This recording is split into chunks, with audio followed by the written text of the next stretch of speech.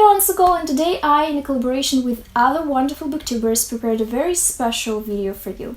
You've been asking me for quite a bit to film a Queer Ownvoices recommendation video, and to be completely honest, I've never felt confident enough in what I have to bring to the table, because I'm just one person with very specific experience and background, and I don't think that a lot of people in our community are going to relate to it, because we're all different. So I reached out to other amazing queer booktubers that I admire and love, and asked them if they want to be part of this project and talk about their favorite Ownvoices book. I was very surprised by such a positive reaction, and I'm very happy that we came together to make this video and talk about these beautiful queer authors and their books. In the description box under this video, I'm going to leave the links to the channels of all the participants of this collab video, and I encourage you to check their content out and subscribe. The book that I'm going to be talking about in this video is The Miseducation of Cameron Post by Emily M. Demford. This is the first young adult queer book that I felt the most connected to. It's a story of Cameron Post, a teenage girl that lives in Montana with her conservative aunt and grandmother after her family dies in a car crash. She knows that she's gay, and she has an inkling that her extended family is not going to like it because of their religious beliefs. Her worst expectations are coming true when her aunt catches on and sends Cameron to a Christian camp in hopes that they're going to heal her from her homosexual desire. This type of a setup can lean into an excruciatingly dark direction very easily, as I'm sure it went for other people in real life. But because Cameron Post has such a positive outlook on life, she's willing to be brave and she's willing to put herself first when it's important, we got a completely different story. I relate to Cameron Post a lot because I've never felt like I'm the one in the wrong or I'm the one who's broken. Even when I've had moments of self-doubt,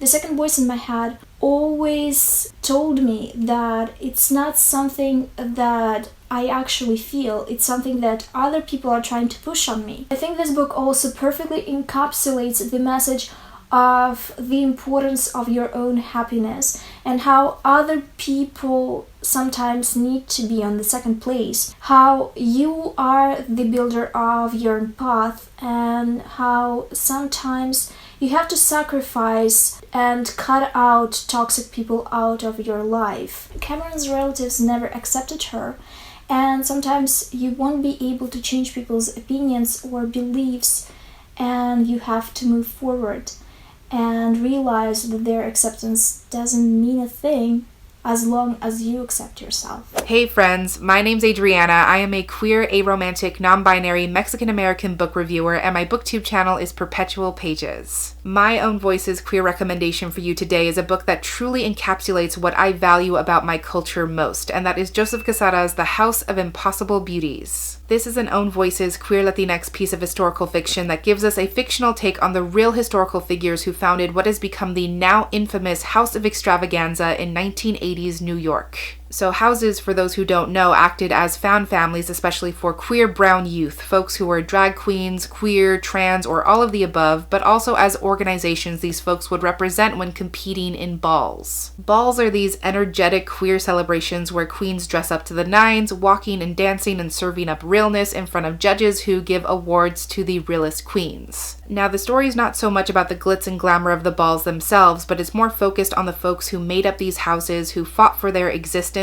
and everything they had to endure and sacrifice just to be themselves. And while it is realistic in exploring hardship, sadness, and loss, it is more so about the power of community, offering people the help you never got yourself, and choosing to project the love, hope, and respect that the world refuses to reflect back. It is a wonderful tribute to the brown queer queens who paved the way for how we navigate queerness to this day, and obviously I highly recommend it. Hey y'all, my name is Yvette, also known as Book Cave here on BookTube, and one of my favorite Ownvoices queer books is The House of Impossible Beauties by Joseph Quesada. This is a historical fiction book about the 80s and 90s New York ball scene. Specifically, it follows the members of the House of Extravaganza, the first all-Latinx house. The House of Extravaganza was and still is an actual house in the New York ball scene, and this book takes inspiration from them, from the documentary Paris is Burning, as well as from the lives of other notable figures of that time, to tell a fictional story about the founding members of the House of Extravaganza and how that house began. First, we have Angel, a Puerto Rican trans woman from the Bronx, and her boyfriend Hector, who have this idea to start a place where other Latinx kids like them can find a home. Over the years, Angel brings different kids under her wing. We see them grow up and the circumstances that force them to leave their homes, and we see them fall in love and experience tragedy and just live their lives. One of the reasons why I love this book so much is because of the focus on family and community. Sometimes when queer kids come out, and especially poor queer kids of color, when they come out, they can find themselves without a home and without a family, and they have to build up a family of their own choosing around them. I feel like this concept of found families is a core to queer communities, and this book shows that well. I also really liked how this book tries to authentically portray these characters' lives and actually makes them full, fleshed out characters, giving them all the respect that they deserve. This book takes place at the height of the AIDS crisis, and a lot of the characters of this book have been abused, and they're doing what they need to survive homelessness, and the book doesn't shy away from showing the realities of these characters' situation. However, despite everything the characters go through because of who they are always unapologetically themselves. They are living the lives that they chose for themselves, even though it's harder and the world isn't kind to them, because they can't do anything less than live their truths. Something to be aware of before picking up this book is that it is super triggering. It's really raw and graphic and doesn't pull its punches. So warnings for abuses of all kinds: physical abuse, sexual abuse, drug abuse, suicide, underage sex work, homophobia, transphobia, and AIDS-related illness. Just a whole heap of warnings. So that is one of my favorite Ownvoices queer books. Thank you to Nicole for including me in this video, and if any of y'all pick up The House of Impossible Beauties, I hope y'all enjoy it. Hi, I'm Things Lucy Reads, and the book that I will be talking about is The Flywheel by Erin Goff, which has been published in the US as Get It Together, Delilah. This is about a 17-year-old girl named Delilah who, while in her final year of high school, has to juggle some things that have happened to her at school, running her father's cafe while he's on an overseas trip, and also dealing with a crush on a flamenco dancer named Rosa who lives across the road. When I read this book a few years ago now, I remember feeling like Delilah and I were the same person, and I had like a little mini existential crisis in the middle of reading it because it just felt so much like my life. This was the first ever queer YA book I'd read set in Australia by an Australian about a queer girl. It's possible that I'd read other queer Australian YA before that, but I don't think any of them were about queer girls, and the majority of what I can remember reading was either UK or US based. So reading about this Australian girl living in Australia, going to Australian high school, just felt really, really familiar to me, even though Delilah and I are actually not that similar. So Delilah, even though at the time it felt like we were the same person, she's actually nothing like me. There are a few things that felt similar about her though. The main one is that she's Australian and lives in Australia, and obviously I can relate because I do too, but also just all of the scenes with her at school, because it was an Australian high school and obviously I went to one, just felt really familiar. It wasn't exactly the same kind of school or environment, but just the way it was all set up just really felt very familiar. And the thing that happened to Delilah at school that I mentioned earlier is that she did a group project with one of the popular girls at school, and there was something of a budding romance between them, but then the other girl got cold feet and essentially started spreading nasty rumors about Delilah, which she also has to contend with. I wasn't out in high school, had no concept of even questioning my sexuality at that time, but I also did have a rumor related to being a lesbian spread about me when I was in about year 9. So I related to that a little bit. I know what that's like, but it would have been worse for me if I'd known that I was queer at the time and wasn't really trying to be out. But I thought that Delilah, even though she doesn't always make the best choices, which is understandable, she's 17, she was a really relatable character, and I was really rooting for her throughout the whole book and really wanted everything that she attempted to go well for her. It's been a few years now since I've read it, and I really need to read it again. Hopefully when I do, it will live up to my memories of it, because it was absolutely phenomenal. I really, really loved it. It was very important to me at the time and will remain very important to me for the rest of my life. Hello, my name is Joseph, and the Ownvoices book that I will be discussing today is none other than Juliet Takes a Breath by Gabby Rivera. So, you obviously know about this book, right? You do. But if you don't, that's okay. It is a wonderful book about a young woman who is queer and Puerto Rican, and she's from the Bronx, and she basically gets this internship with this white queer author woman in Portland, Oregon, and she travels over there to like go do it for the summer. I love this book. I love this book for so many reasons, from like the small reasons, like in her room she has a Selena and Angelina Jolie poster, or when she's on the train and listening to Lauryn Hill. I love it. Or I love just the queer romance of color that's in the book. Or just how funny and relatable the character is. But then I love it for something that's a little more rare, I think, to me. Like, there's a scene that has like queer people of color, like young queer people of color, in like a community-esque setting. Just being young and queer and not white, and I love it, and I relate to that so much because it's something that I like have been in, and something I experience myself here in like LA. And then there are just heavier conversations, like conversations about race and whiteness and intersectionality, especially whiteness, I think, like white queerness, white feminism, and how you navigate that as a queer woman of color, as a queer person of color, but especially a queer woman of color.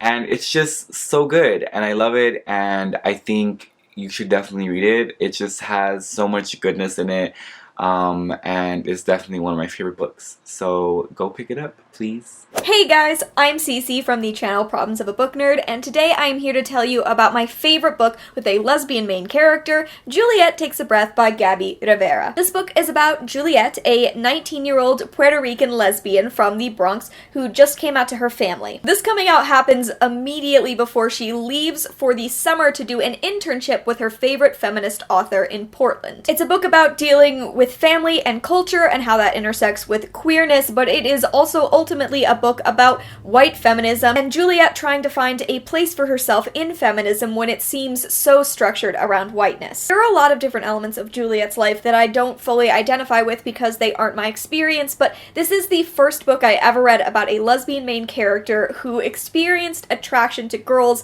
the same way I do. I love Juliet's confidence and how it completely vanishes the second she meets a cute girl at the library. I adore a lyrical, kind of over-the-top contemporary as much as the next person, but this is the first time I got to see a truly awkward, silly side of a relationship between girls, and for that, I identify with it so strongly. So I love this book for its feminist messages, but ultimately I relate to this book so strongly for its cute, silly main character who trips all over herself the minute she meets a cute girl. High-key relatable. Hey friends, what is up? My name is Jess from Jess Reads Books. I am so happy to be able to sit down and talk to you guys about my favorite LGBT repped book that I have read.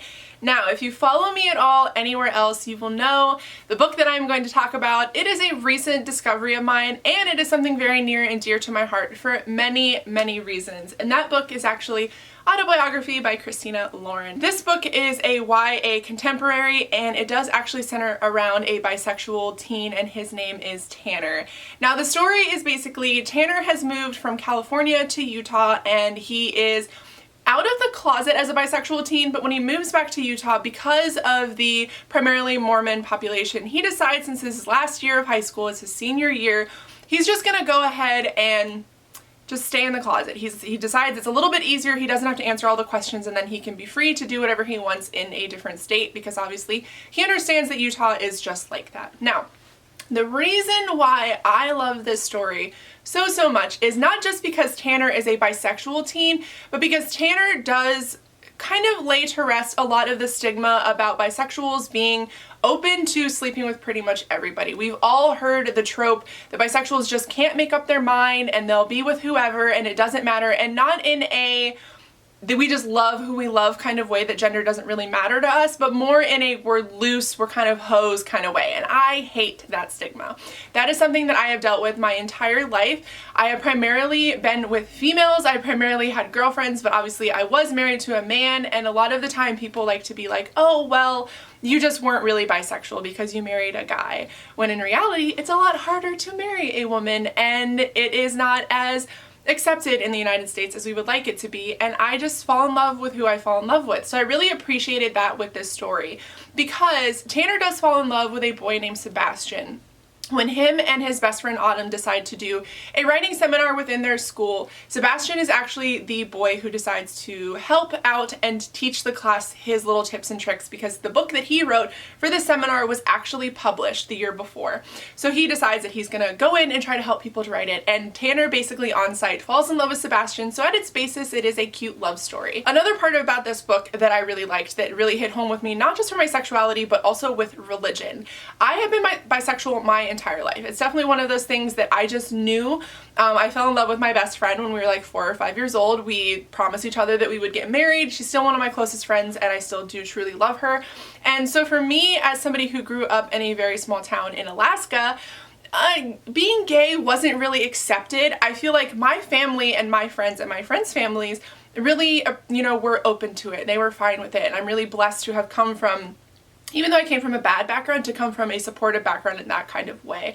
But however, I did go to a private Seventh-day Adventist school, and I did deal with the backlash of being gay and going to a very Christian school. So I did appreciate the representation of that in this book, and I feel like it's a very realistic representation of what it's like growing up as a queer teen in general. So even if it's bisexual, gay, lesbian, whatever it may be, this is a good representation of what it's like being gay at all and growing up, and an excellent representation of what it's like growing up in a religious community as gay. So I did really appreciate this book. I like that Christina Lauren did a lot of research when it comes to the Mormon community and their values and their beliefs, and I feel like that's really represented in how they kind of handle their son Sebastian and how they handle Sebastian and Tanner's relationship. So this is by far the best bisexual rep book I have ever read, especially because it does put to rest the whole fluidity, in a nice way of putting it, fluidity of bisexual teens. Hello everyone, my name is Yaiza. I make booktube videos over at a channel with my own name, Yaiza Canopoli, and today I'm going to talk about one of my favourite books of all time, and definitely one of my favourite queer books of all time, which is Jane Campbell's short story collection, The Beginning of the World in the Middle of the Night. I would highly recommend this for anyone who really likes magical realism, queer elements, a bit of creepy stuff thrown in between, and all sorts of weird, wacky things. The collection includes a total of 12 short stories, and they cover topics such as aquariums and children who are growing plants from within them, and people who sell their hearts online, and there's lots of really interesting commentary on a variety of social issues that is explored through magical realism and just lots of weird things. The stories are really, really beautifully written, and this book means a lot to me, especially because before reading it, I had not really written any fiction in a very long time, and after I picked this up, I felt incredibly inspired, and I went out and wrote and wrote and wrote, and I had so many ideas for stories that weren't necessarily similar to these in any way, or even inspired by the same concepts, but the writing style and